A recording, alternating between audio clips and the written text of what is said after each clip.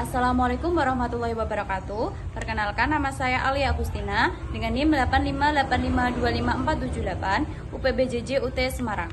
Kali ini saya akan melakukan praktikum IPA di SD dengan judul Sistem Pencernaan Makanan.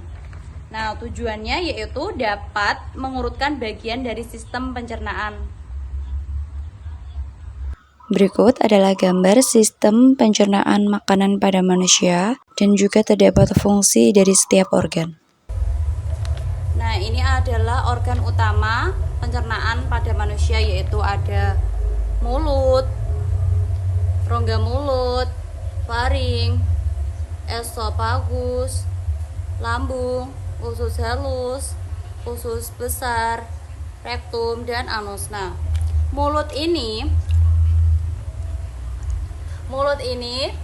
sebagai tempat masuknya makanan, mengunyah makanan dengan bantuan gigi, dan mencampurkan makanan dengan air liur.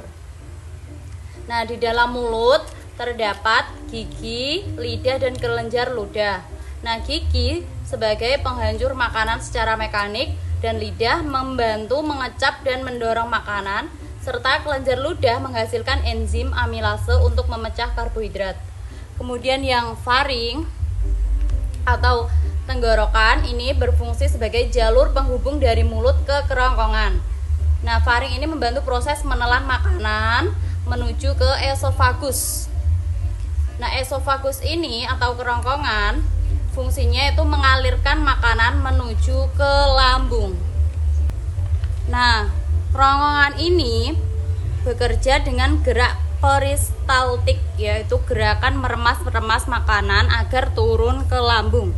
Nah, lambung ini berfungsi sebagai mengaduk dan mencerna makanan serta membunuh kuman dengan asam lambung. Nah, lambung ini menghasilkan asam klorida atau HCl untuk membunuh bakteri dan enzim pepsin untuk memecah protein, serta di dalam lambung makanan itu diubah menjadi bubur makanan yang disebut kim.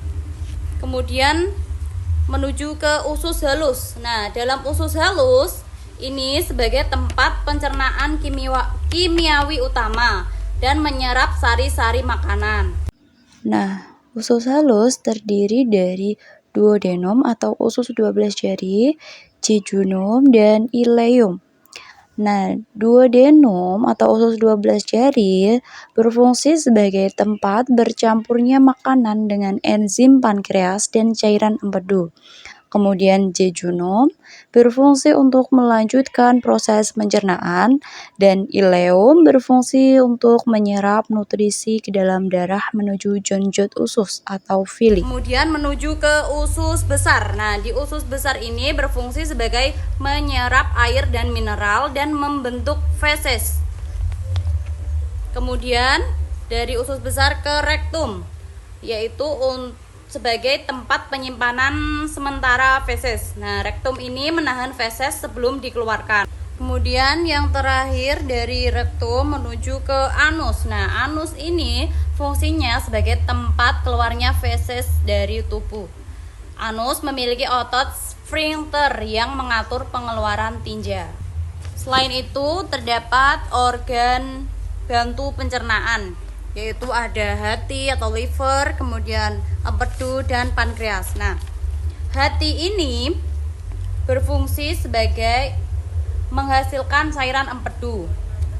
Empedu membantu memecah lemak menjadi bagian kecil. Nah, kantung empedu menyimpan cairan empedu sementara. Kemudian yang pankreas menghasilkan enzim pencernaan. Nah, pankreas ini menghasilkan amilase, tripsin, dan lipase. Amilase ini sebagai memecah karbohidrat, yang tripsin untuk memecah protein, dan lipase untuk memecah lemak.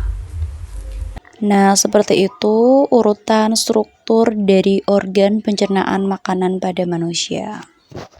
Jadi kesimpulannya, makanan masuk melalui mulut, kemudian menuju faring, dan kemudian disalurkan lewat kerongkongan, kemudian menuju ke lambung, setelah itu usus halus, kemudian usus besar, rektum, dan yang terakhir anus. Nah, selama perjalanan tersebut, makanan dihancurkan, dicerna, dan diserap nutrisinya. Lalu sisa makanan dikeluarkan dari tubuh melalui anus. Sekian praktikum saya kali ini. Wassalamualaikum warahmatullahi wabarakatuh.